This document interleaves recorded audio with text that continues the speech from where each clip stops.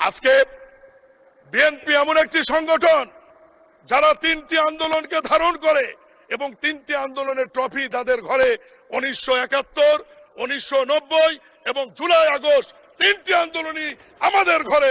এরকম ট্রফি অন্য কোন রাজনৈতিক দল বাংলাদেশের ইতিহাসে দেখাতে পারবে না। মাননীয় স্পিকার, আজকে যদি আওয়ামী লীগের কথা বলি, আওয়ামী লীগ 71 বলতে পারবে, 90 বলতে পারবে, জুলাই আগস্টের ট্রফি কিন্তু তাদের ঘরে নাই। আজকে বিরোধী দলের বন্ধুরা জুলাই আগস্ট বলতে পারবে, 71 এবং 90 এর ট্রফি কিন্তু তাদের ঘরে নাই।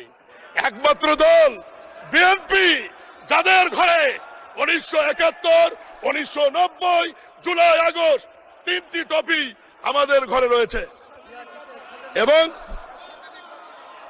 এবং বিরোধী দল হইচই করে বলতে পারেন মাননীয় স্পিকার 90 তাদের কথা বলতে পারে, কিন্তু 86 সালের নির্বাচনে ঢাক ঢোল পিটে তাই আওয়ামী লীগের সঙ্গে গিয়েছিল, আমরা যাইনি। মাননীয় স্পিকার, আজকে মাননীয়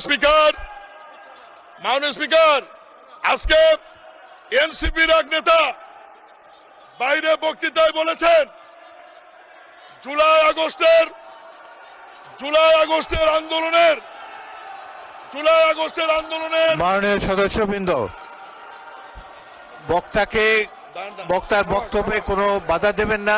আপনাদের যখন সময় আসবে আপনাদের বক্তব্যের মধ্যে আপনাদের বক্তব্য উপস্থাপন করতে পারেন। এখন তাকে নির্বিঘ্নে বক্তব্য রাখার সুযোগ দেন। জুলাই আগস্টের আন্দোলনে ছাত্র জনতা খেলেছে আর ট্রফি বিএনপি নিয়ে বসে আছে। আমি বলতে চাই, জুলাই আগস্টের আন্দোলন ছাত্র জনতার সাথে আমরা সবাই ছিলাম।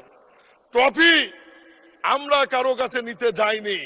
ক্যাপ্টেনকে এটা অন্তর্বর্তীকালীন সরকারের প্রধান ডক্টর ইউনূস চিনে, এই কারণে উনি লন্ডনে গিয়ে আমাদের ক্যাপ্টেন প্রধানমন্ত্রী জনাব তারেক রহমানের কাছে ট্রফি দিয়ে নির্বাচনের তারিখ নিয়ে আসছে। মাননীয় স্পিকার, এতেই প্রমাণিত হয় ছাত্র জনতার আন্দোলনের নেতৃত্বের মূল ভূমিকা কোন দলের ছিল, কোন নেতার ছিল।